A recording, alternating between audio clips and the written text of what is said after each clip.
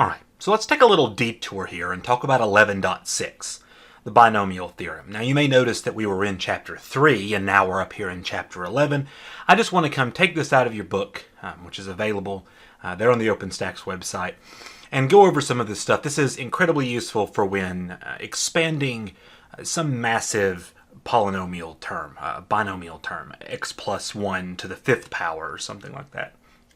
And it also introduces a bunch of other concepts that are going to be useful going forward. So let's start with the factorial and binomial coefficient. So the factorial of a number, n, some element of the natural numbers, is going to be, so we're talking about the factorial here, is denoted n factorial, so it's n with an exclamation point, is defined to be n factorial is the number times the number below it, times the number below it, so on and so forth, all the way down to 1, and we define 0 factorial to be 1. So that's kind of a complicated looking definition, so let's go ahead and try an example here. So it says state the value of 4 factorial. So here's how you write that. You say 4 factorial equals, we'll take the number 4, and just multiply it by all the numbers below it all the way down to 1. Okay. So 4 times 3 times 2 times 1, okay, and that's going to be 4 times 3 is 12, times 2 is 24, times 1 is, well, 24 still. So 4 factorial is 24. Let's do a few more of these examples. So let's take a look at 7 factorial here. 7 factorial, done simply, is just going to be, we're going to write 7 factorial over here, and that is 7 times 6 times 5 times 4 times 3 times 2 times 1.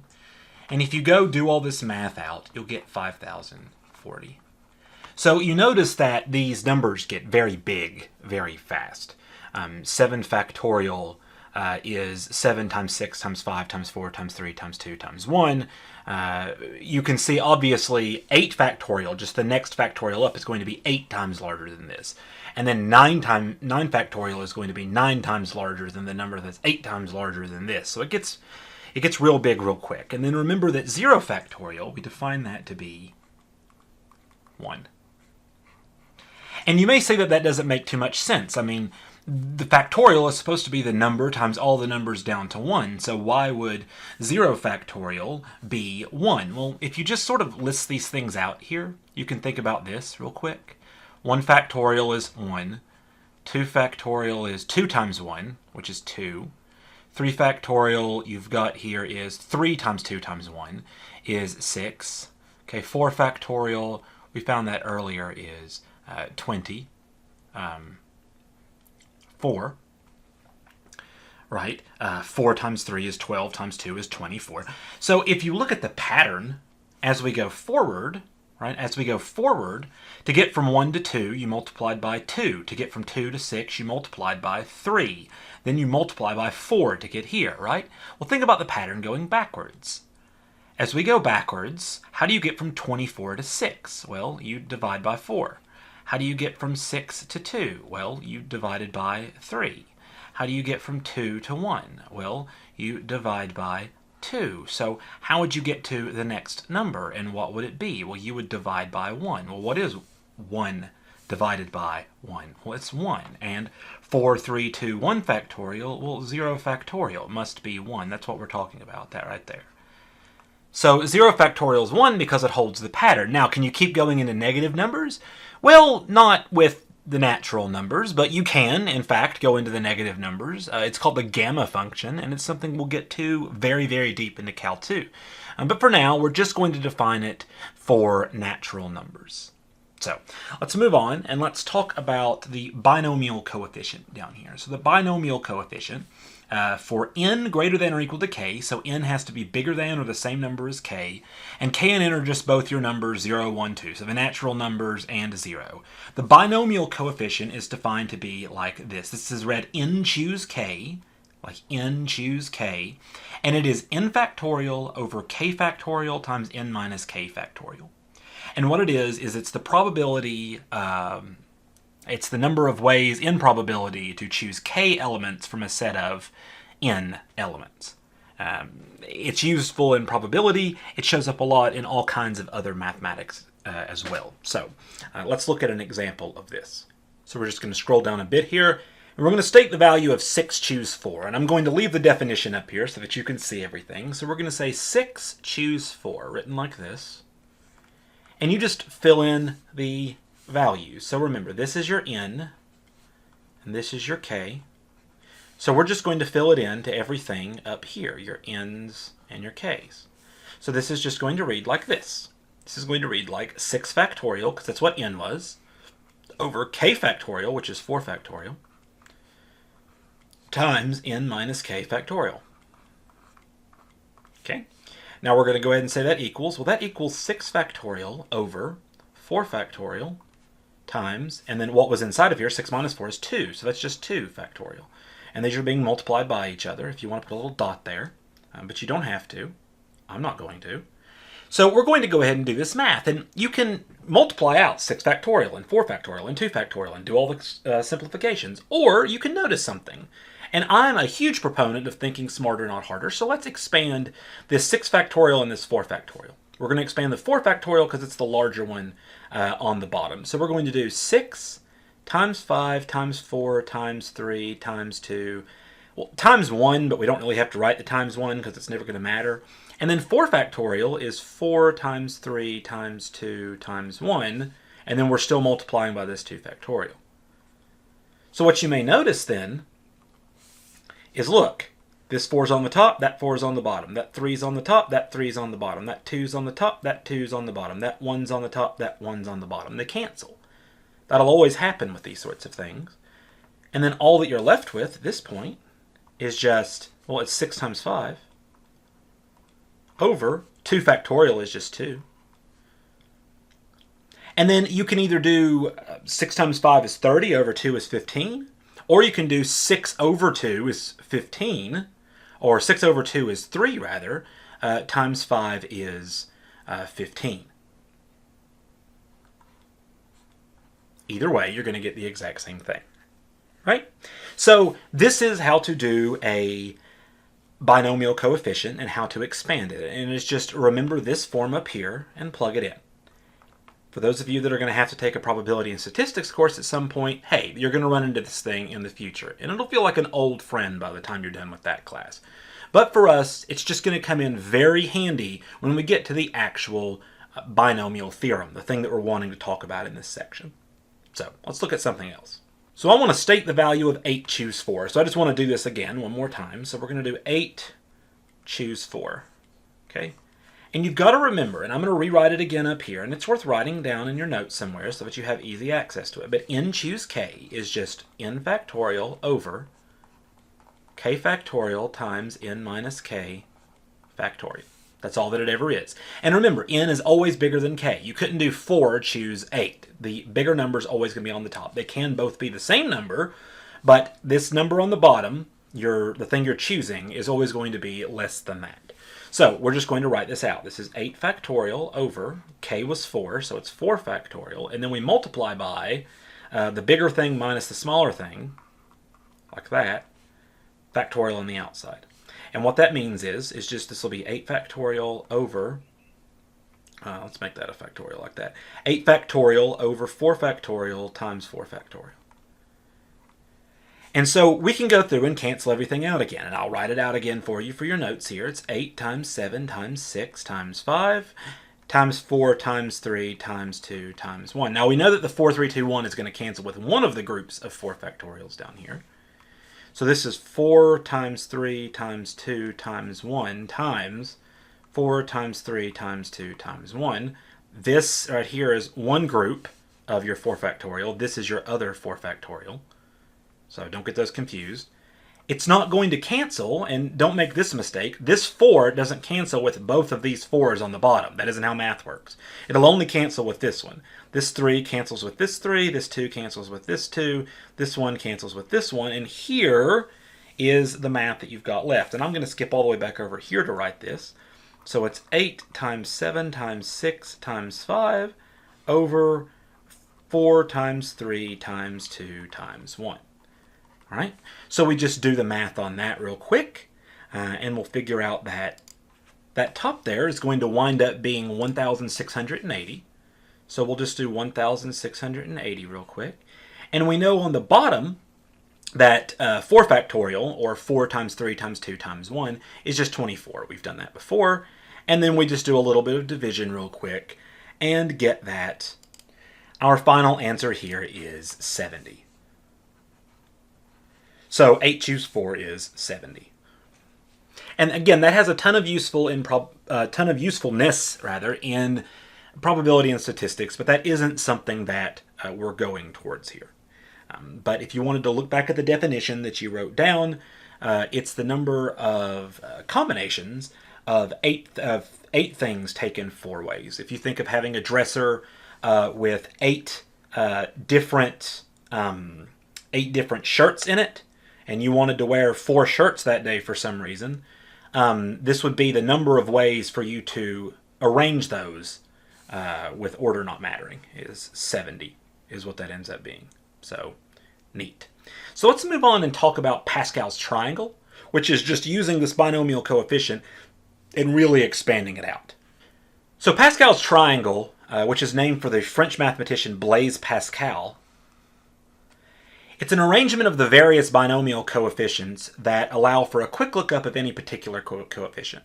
The triangle is infinite, but I've went ahead and built the first 7 rows. And you might be like, Mr. Bryant, this goes to 6. Yeah, well, we also start counting at 0, which is the other thing to remember. So we have Pascal's triangle here, and I'm just going to show you here in this example how we built this. But basically what this looks like is this. You've got 1's on the outside, so for this first row, you've only got 1, 1, because 0 choose 0 is 1. On this second row, the n equals 1 row, you have 2 entries. They're both 1. And you can basically see that the whole outside of the triangle on either side is just 1's. It's just a whole bunch of 1's. And then this thing is built, as you look at it, this thing is built so that each one of these terms is just the sum of these two here. That is, this 1 plus this 1 gives you 2. You can come down here. This 1 plus this 3 gives you 4. You can come down here. This 10 plus this 10 gives you 20.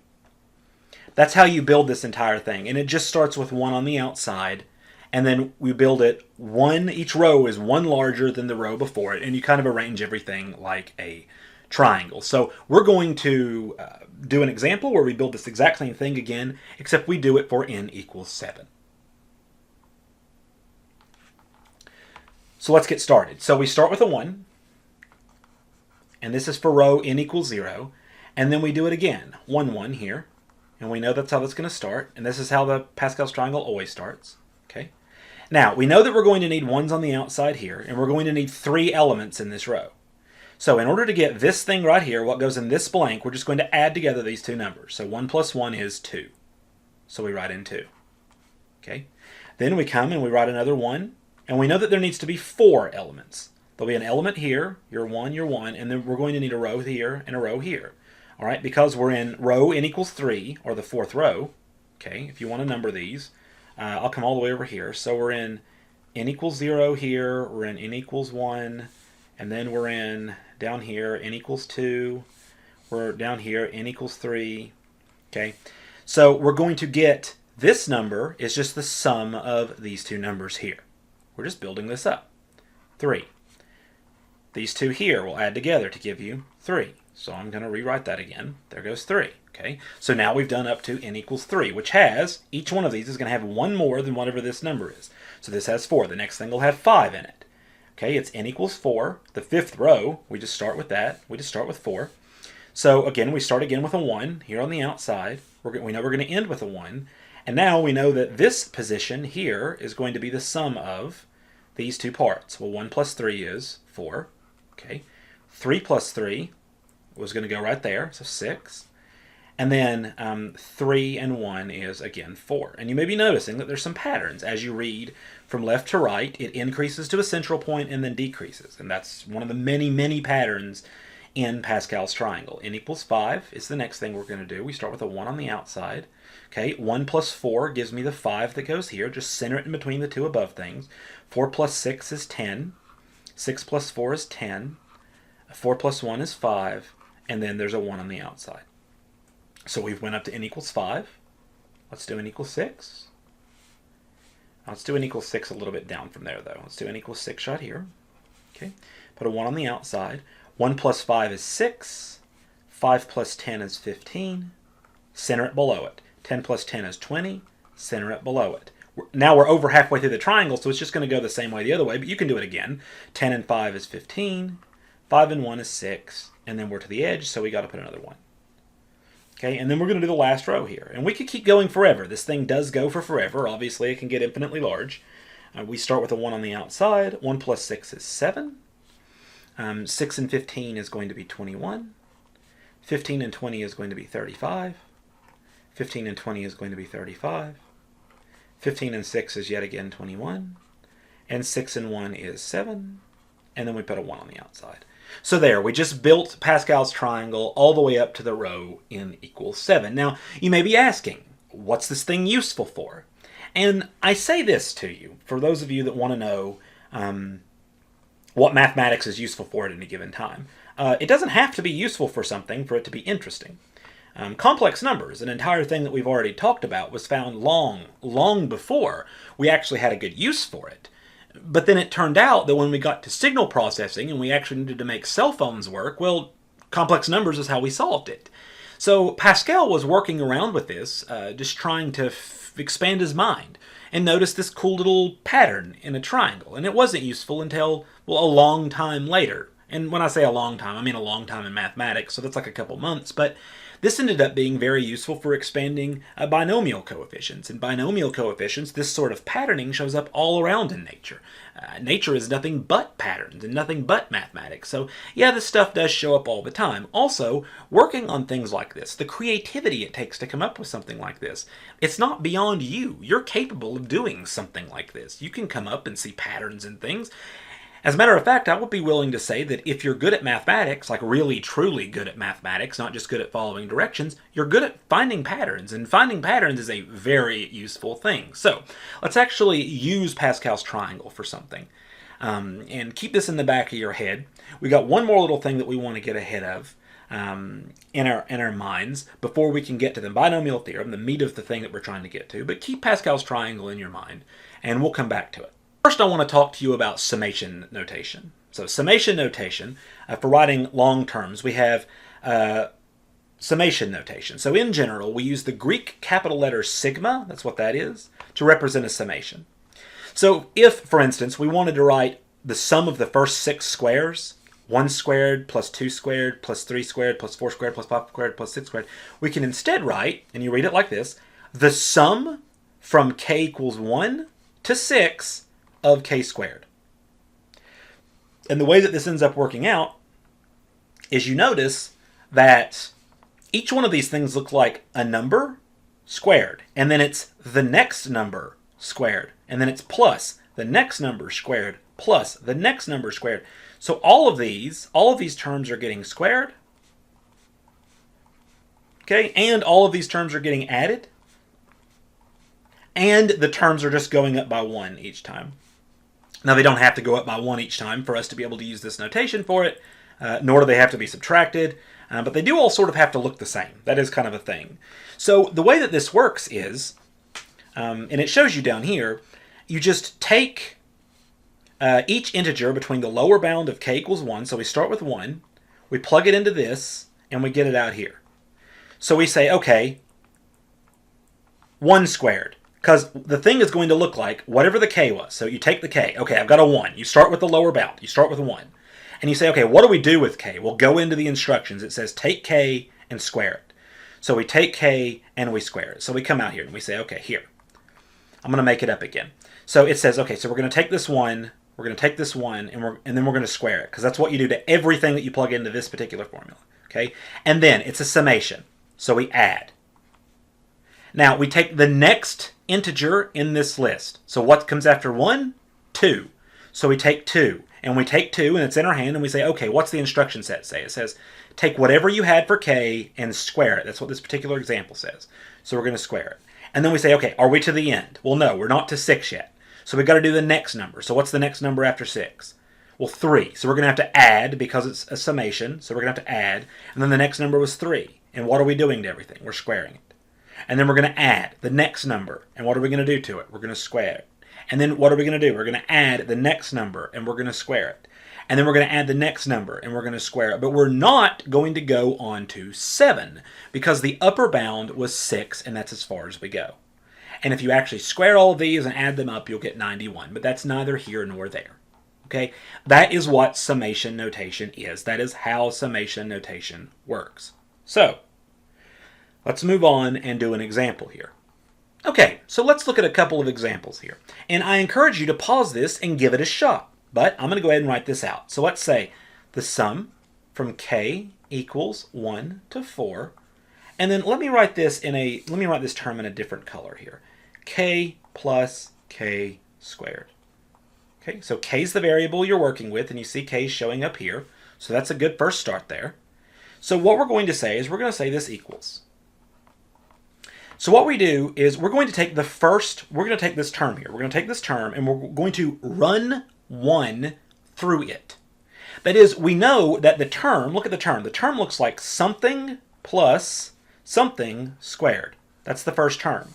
And what's the first number? You start with the first number, 1 here. So we're going to run 1 through it. 1 plus 1 squared. That's the first number. Now remember, it's a summation, so we're going to add to it. We've written down everything we need to write here because this term looks like something plus something squared, the term that we were dealing with. Now what's the next term? Well, the next term is going to look like something plus something squared because that's what the instructions here say, something plus something squared. Now what is the next number? It's not 1. The number after 1 is 2. So 2 plus 2 squared. Okay? And we're done copying that in. And it's a summation, so we're now going to add the next term. What does the next term look like? The next term looks like, well, something plus something squared. All right? So what we're going to do is the next number, 1, 2, the next number is 3, plus 3 squared. Okay? And then the next number, and I'll go ahead and add it down here, plus, the next number is going to be 4, but it's going to look like something plus something squared, whatever that is. And what's the next number? 4. So it's 4. Okay? And then, do we do another plus? No, we don't do another plus because we're done. We're at 4. That's as far as we wanted to get, was 4. So now what? Well, we just do each part of this. So this just equals, okay, well, 1 squared is 1, plus 1 is 2. So that's 2. Plus 2 squared is 4, plus 2 is 6. Plus 3 squared is 9, plus 3 is 12. Plus 4 squared is 16, plus 4 is 20. Okay? And when you add all of this up, I see an easy way to do it. 12 and 6 is 18, plus 2 is 20, and another 20 is 40. So you get 40 for all of this. So that is what the sum from k equals 1 to 4 of k plus k squared looks like. It looks like 40. And that's how you end up doing that. So you just say each term is going to look like this, and then you just plug in 1, and then add to it, plug in 2, add to it, plug in 3, add to it, plug in 4, so you're done. You go as far as you want to until you get to this number up here, and you include both the lower bound 1 and the upper bound 4. And it's always going to look like that. So the next example wants us to write the sum of the first 20 odd numbers in summation notation. So this thing gave us summation notation and wanted us to figure out what it was. This thing says, compactly write the sum of the first 20 odd numbers in summation notation. So let's look at that. So we know that the first 20 odd numbers is going to look like 1 plus 3 plus 5 plus, and we're going to keep doing that until we get up to whatever the 20th odd number is. So we need to know something about each one of these terms because we're going to need something to plug in. We're going to need that, like in that last example, we had k plus k squared. We're going to need that term, what that term looks like. So try and remember what an odd number looks like. Well, maybe it's easier to start with what does an even number look like? So let's just do a little aside here. Let's come over here and think for a second. Here's your even numbers. 2, 4, 6, 8. And if you think for just a second about what an even number is, this is an even number. This is an even number. If you think for just a second about what even numbers are, well, they're divisible by 2 is probably what you're thinking. You can divide 2 by 2, 4 by 2, 6 by 2, 8 by 2, and you get a whole number back out. That also means that you could have written 2 as just 2 times 1. You could have written 4 as just 2 times 2. You could have written 6 as just 2 times 3. You could have written 8 as just 2 times 4. And in general, if a number is even, so if n is an even number, what it means is that you can just write it as 2 times, well, some other number k. So in general, even numbers look like 2 times some other integer. So that is in fact the definition of an even number. Why is 8 even? Well, because it can be written as 2 times 4. Okay, take this and understand that all that we want to talk about are the numbers just before these numbers.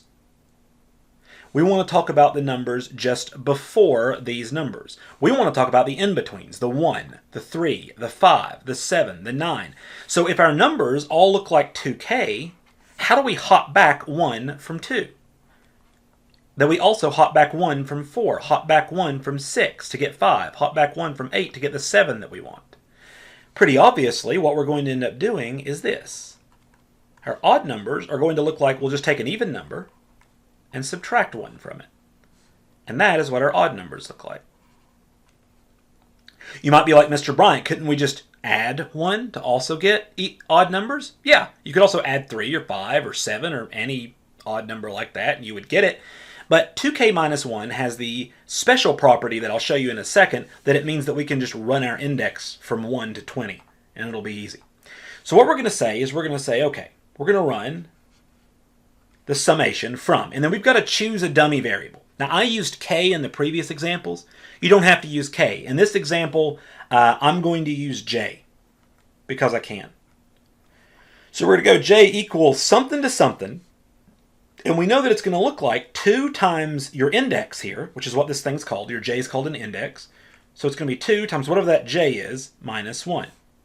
And remember, what I want to start with, when I actually go out and do this math, I want to start with 1, plus 3, plus 5, like that, right? That's what I want. So I want to get this 1 out. So what do I have to plug in to 2j minus 1 to get 1 out? Well, if I plug in 0, I get 2 times 0 minus 1 is negative 1. That isn't quite what I want. But if I plug in 1, it's 2 times 1 is 2, minus 1 is 1. That's what I want. So we must start with 1. Okay? And then I want the first 20 odd numbers. Well, if I plug in 1, I get the first odd number, which is 1. So I'm going to do this 20 times.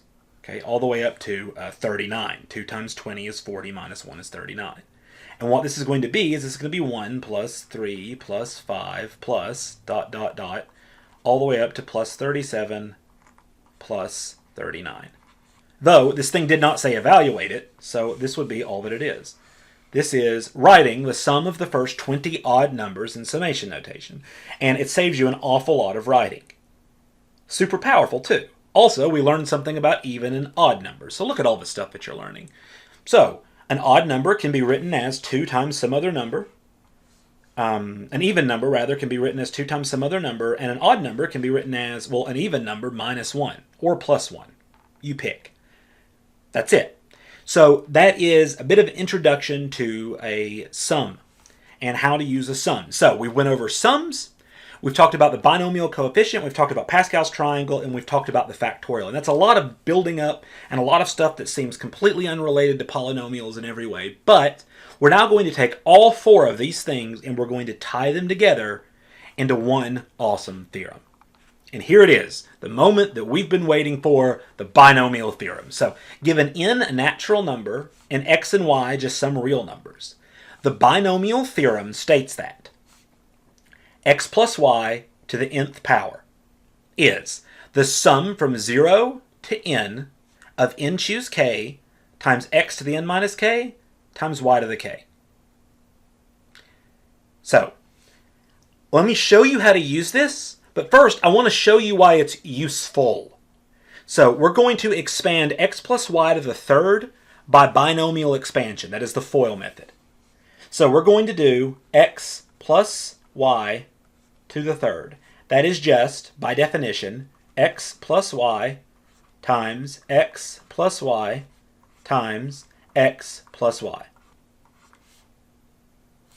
So we're going to FOIL out these last two, and we're going to leave this alone. So we're basically going to group it like this. So we're going to write x plus y. We're just going to leave that alone. And then we're going to FOIL out everything in here. So let's do that in a different color. So we're going to do, first, x times x, x squared. Okay. Outer terms is x times y, so that's plus xy.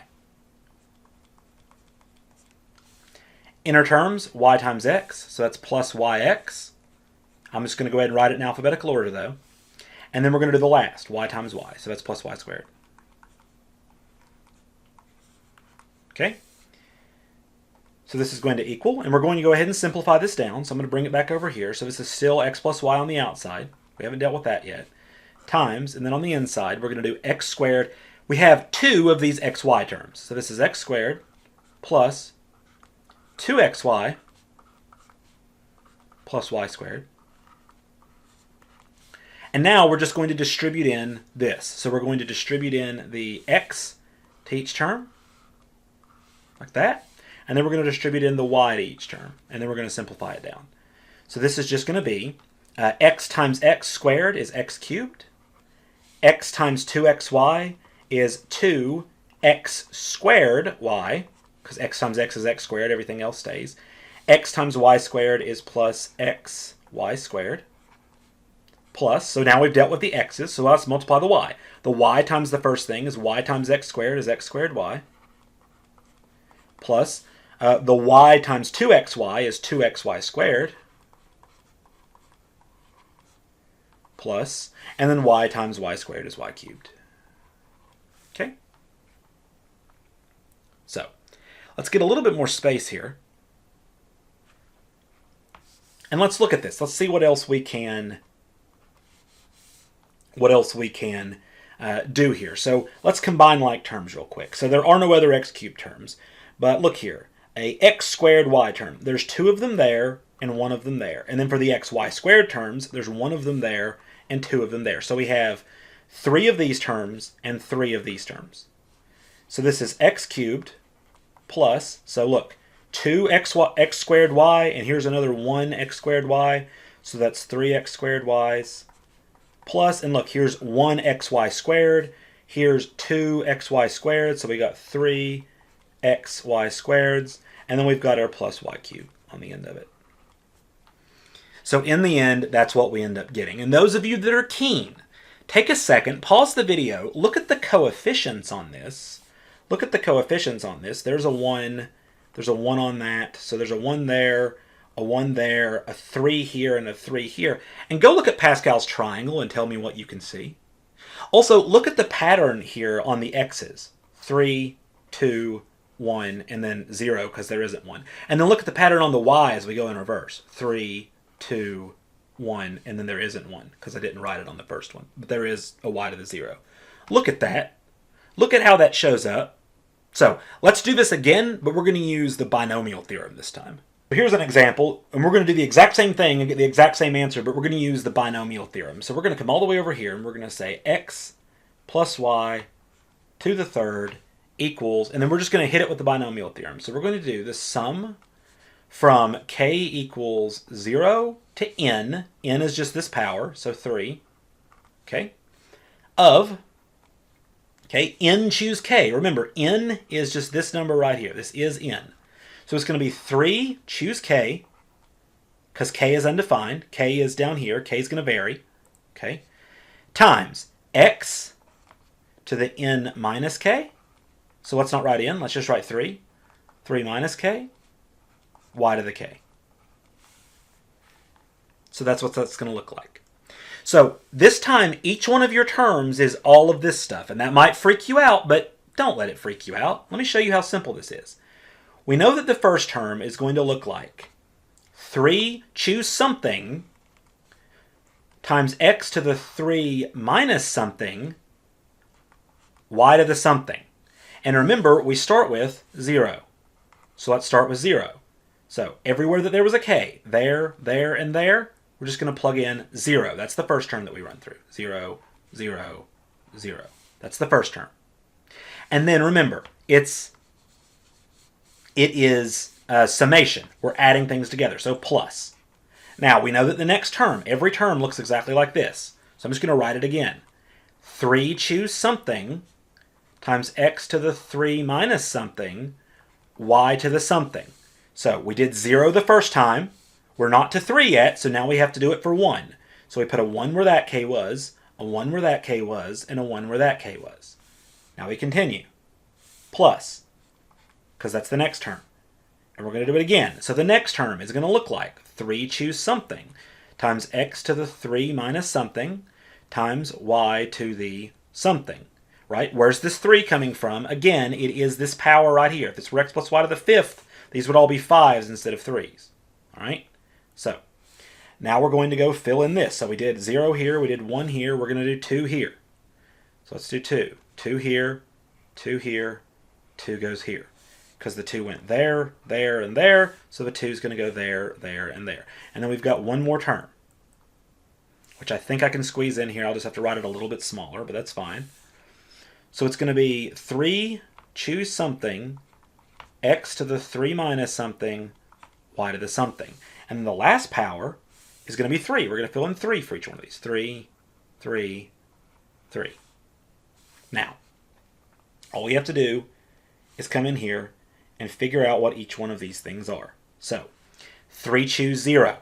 3 choose 0. And I'm going to do all this math up here, and I'm going to keep erasing it, but we're going to write it in. So look here. 3 choose 0. So we've learned what this is, how this works. So this is 3 factorial over 0 factorial times 3 minus 0 factorial.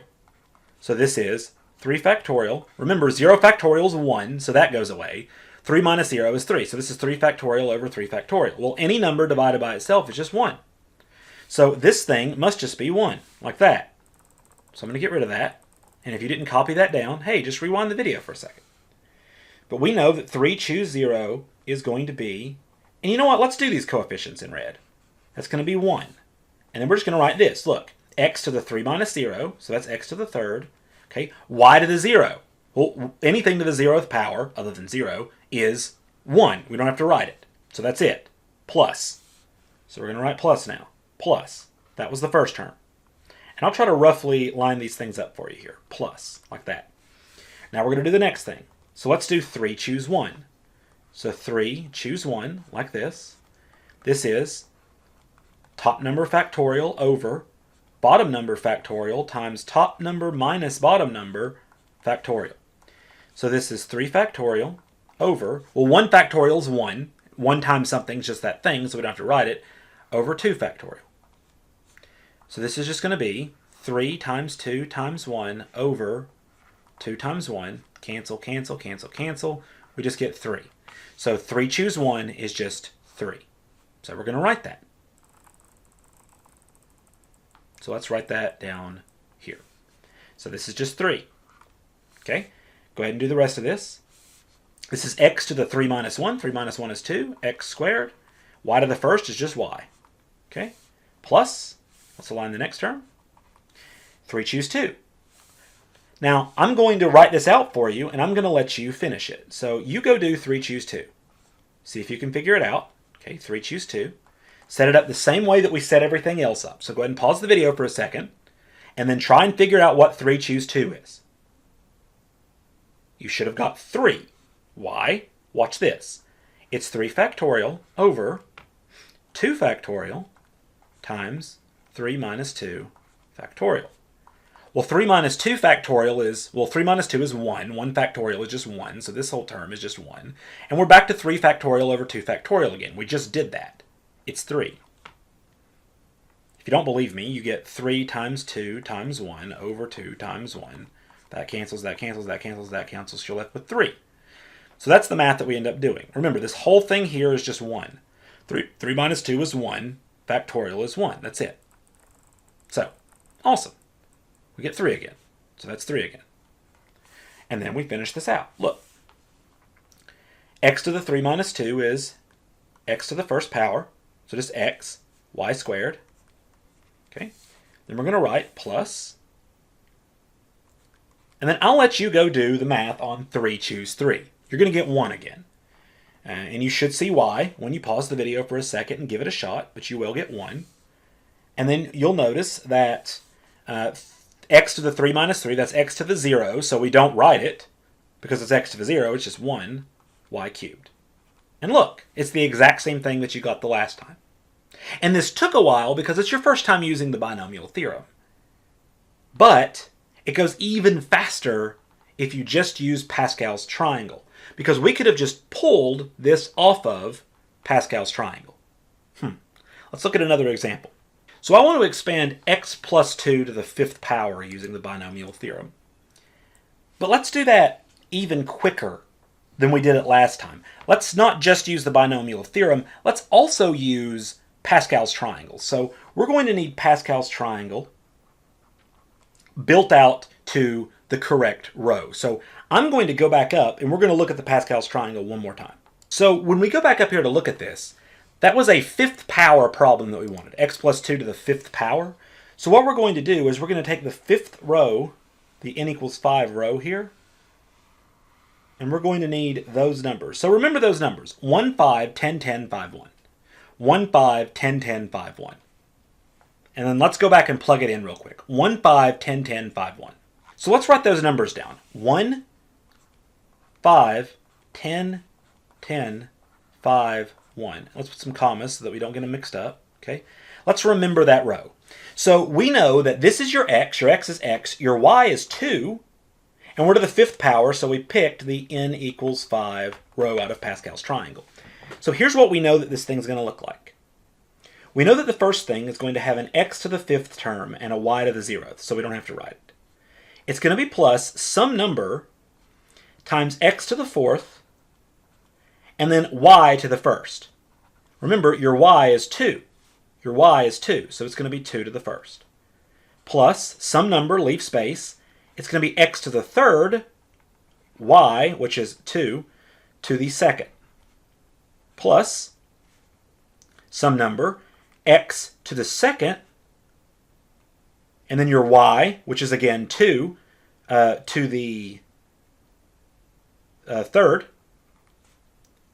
plus your x to the 1st, 2 to the 4th, plus, and then now you don't write the x because it's x to the 0th, so it's x to the 0th, 2 to the 5th, times some number. What are the numbers? The numbers come straight out of here. Look, 1 goes there.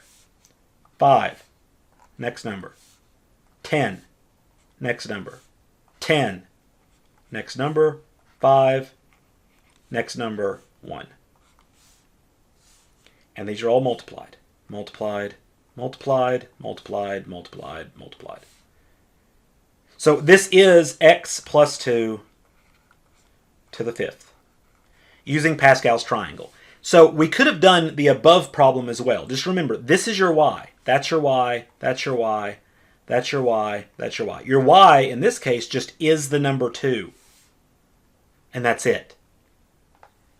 So instead of writing y's there, I wrote 2's there. So all you have to do to finish this problem up is exactly what you think you have to do. Multiply everything out. So 1 times x to the 5th is x to the 5th. Plus 2 to the 1st is 2. 2 times 5 is 10. So 10x to the 4th. Plus 2 squared is 4 times 10 is 40. So 40x cubed.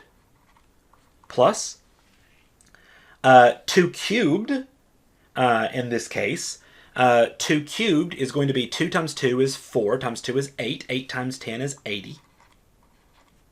80x squared. Plus 2 to the 4th, so that's 2 times 2 is 4, times another 4 for the next 2 2's is 16. And then 16 times 5 is 80 again. So we're just going to write down 80 again.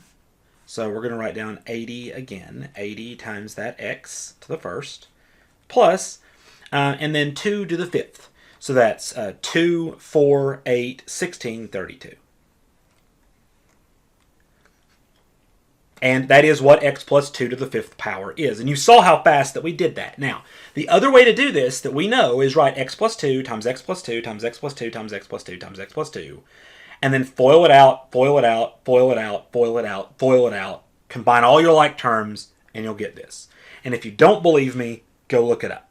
You can go right now to a website called Wolfram Alpha, WOLFRAMALPHA, Wolfram Alpha, press enter, go to the .com, type in x plus 2, and then the caret, shift 6, to the 5th, and say expand.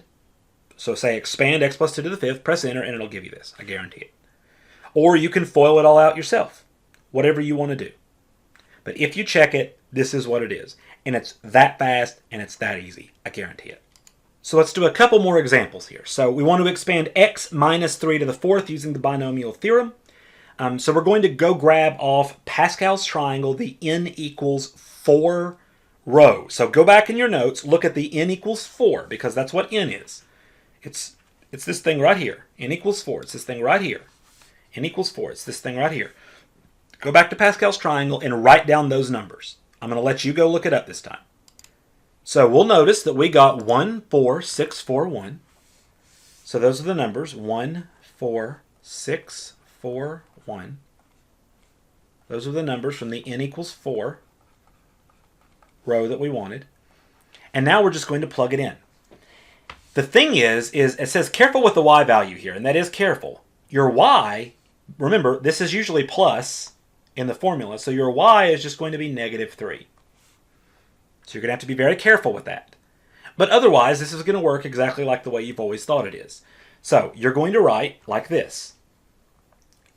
X minus 3 to the 4th power is going to equal some number times x to the 4th times your y to the 0th. You don't have to write it. Plus some number times.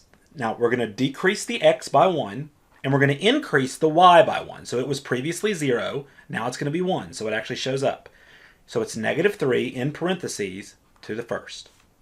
That's your y. You did write it over here, by the way. I'll scroll back and show you. You did write it over here. It was over here. There's your y to the 0th power. You did write it over here. It is, in fact, over here. It's just that it's to the 0th power, so it's 1. So we don't have to write it. But you know what? We can leave it if you want to.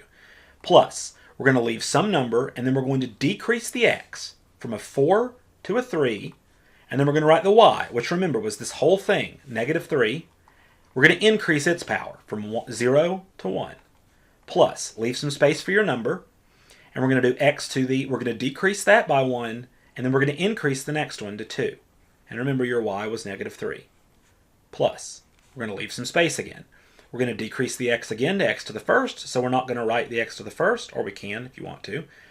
And then negative 3 to the, we're going to increase the y. So in each term, you decrease the x, increase the y, until you've decreased the x all the way down to nothing.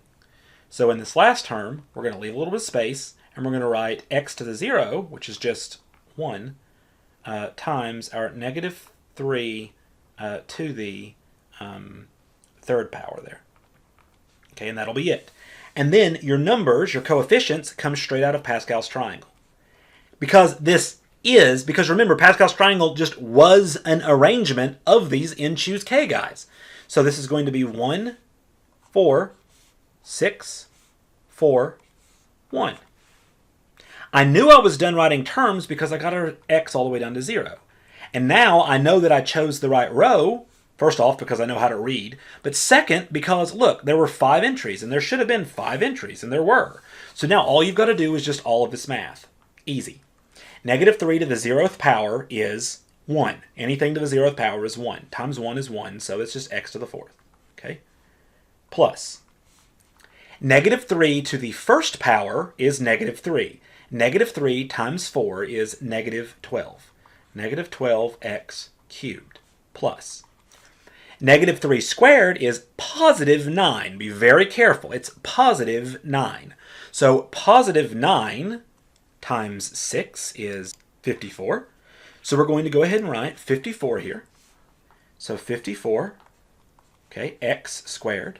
Where did this thing go? Remember, this was 9, and we multiplied it by the 6. It went into the 54. Plus, our negative 3 should be, and I hope you all caught this when you wrote this, look, 0, 1, 2. This should be a cube, and that would make this a 4. So my apologies there. But it's fine to make mistakes. Just make sure that you catch them. Negative 3 cubed is negative 3 times negative 3 times negative 3 is negative 27. So we're going to multiply negative 27, which is what this number is, times 4, and get a negative 108. So negative 108 times x to the first power, we'll just leave that alone, plus, and then we're going to do negative 3 to the fourth power. And it's to a positive power, so we know it's going to be even overall.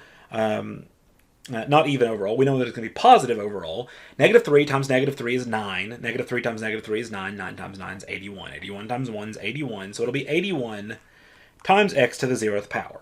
And now you're almost done. You'll just go back through here and write x to the 4th plus a negative is just minus 12 x to the 3rd plus 54 x squared plus a negative over here is minus 108 x plus 81. And that is what x minus 3 to the 4th power is. And that's really quick. So we're using the binomial theorem, but we're taking even another shortcut by just using Pascal's triangle to get those n choose k's instead of actually doing them manually. So, awesome. The very last thing that we're going to look at is one more little example where we mess with the x a little bit, and then that'll be it. So let's have a look at this. So we're going to expand 2x plus 1 to the 6 using the binomial theorem. So we're going to go get the n equals 6 row off of Pascal's triangle, which you're welcome to go get. But that's going to be 1, 6, 15, 20, 15, 6, 1. And there should be 7 things in this. 1, 2, 3, 4, 5, 6, 7. There are. Awesome. So I know that this is the n equals 6 row. Okay. And we're going to need that, and we're also going to need to be very careful about this x value. We're just going to plug in 2x instead of just x. So we're going to do the powers to both 2 and the x when we plug this in. So using this n equals 6 row, we're going to go ahead and set this thing up. And it's going to take a little bit of space here. So it's 2x plus 1 to the 6th. Okay. And what we're going to do is remember to leave some space in front of each coefficient. But your 2x is going to be the thing raised to the power. So all of it. So it's going to be 2x all to the 6th. Okay, remember to leave some space here for your number, for your coefficient, your binomial coefficient, times your y, which is just 1. So it's just going to be 1 to the 0th power, like that. Plus, leave a little bit of space, and then it'll be, not that much space though, and then it'll be 2x all to the 5th power, times 1 to the 1st power, like that. Plus, leave a little bit of space, and I'm trying to fit all this on one line right now.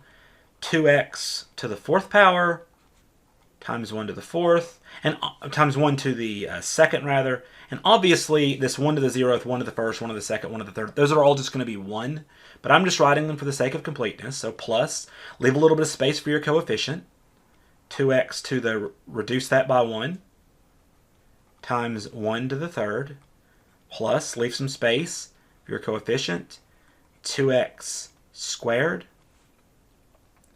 times 1 to the 4th, plus, leave a little bit of space, 2x to the 1st, times 1 to the 5th, plus, leave a little bit of space, and then it'll be 2x to the 0, 1 to the 6th. Like that. And that's everything. And then, of course, you come in here and you write back in your coefficients again. And don't forget that part, or you'll be very confused. So it looks like 1, 6, 15, 20, 15, 6, 1. Those are your coefficients. Those are the n choose k's. This is 6 choose 0, 6 choose 1, 6 choose 2, 6 choose 3, that's 6 choose 4, 6 choose 5, and 6 choose 6. That's what all of those are. So we're just shortcutting using Pascal's triangle, actually finding those. And that's what really saves you a lot of time in this. So let's go through and let's do this math real quick. So this is, when you do 2x to the 6th, this is 2 to the 6th times x to the 6th. They both get the power. When you do this 2x to the 5th, it's 2 to the 5th times x to the 5th. They both get the power. If you can't think of that, think of the literal definition of 2x to the 6th. That is, write out 2x times 2x times 2x times 2x times 2x times 2x. And you'll see that there are 6 2's being multiplied and 6 x's being multiplied. So that's 2 to the 6th, x to the 6th is what we're getting. So we're going to go ahead and do that. So it's going to be, and we're going to just leave these coefficients out here. So it's going to be 1 times 2 to the 6th is 2, 4, 8, 16, 32, 64. So it's times 64x, okay, which was to the 6th also, times 1 to the 0. Well, that's just 1. In fact, we can go up through here. 1 to the 0 is just 1. 1 to the 1st is just 1. Same thing for this guy and this guy and this guy and this guy and this guy. They're all just 1. If these were 2's, then we would have to take it to the 0th and 1st and 2nd and square all that and put it all together. But it's not. They're all 1's. So we're just going to ignore the 1 to the whatever power for the rest of the time. Okay? So we're going to come back up here and we're going to write plus. Then we're going to write our 6. And then we're going to do our 2 to the 5th this time. So 2 to the 5th is 32. So it's times 32, 32, 6 times 32, x to the 5th, plus 15 was our coefficient here. And then we're going to do our 2 to the 4th times x to the 4th. 2 to the 4th is 16. And if you know your computer numbers, you know 64, 32, 16, 8, so on and so forth. It's not too hard to remember these things. Your next coefficient was 20, and I'm just trying to save doing all this multiplication at once. 2 to the 3rd is 8, x to the 3rd. Because you raise both of these things, both the 2 and the x to the 3rd power. 2 to the 3rd is 8, x to the 3rd is x to the 3rd, plus we're going to write this 15 again. Okay, we're going to write the 15 again, and then we're going to say 2x squared, so that's 4x squared. Those are multiplied, plus, and then it's going to be 6. It's going to be 6 times 2x to the 1st. Well, that's just 2x. So that's just 2x. Those are multiplied. And then plus, and then just 1. 2x to the 0th power is 1. Anything to the 0th power is 1. So 2 to the 0th is 1, x to the 0th is 1. 1 times 1 times 1 times this 1 is just, well, the whole thing is just 1. So 1 there on the end. And then the very last thing to do is just actually come through here and do this math. So 1 times 64 is 64x to the 6th.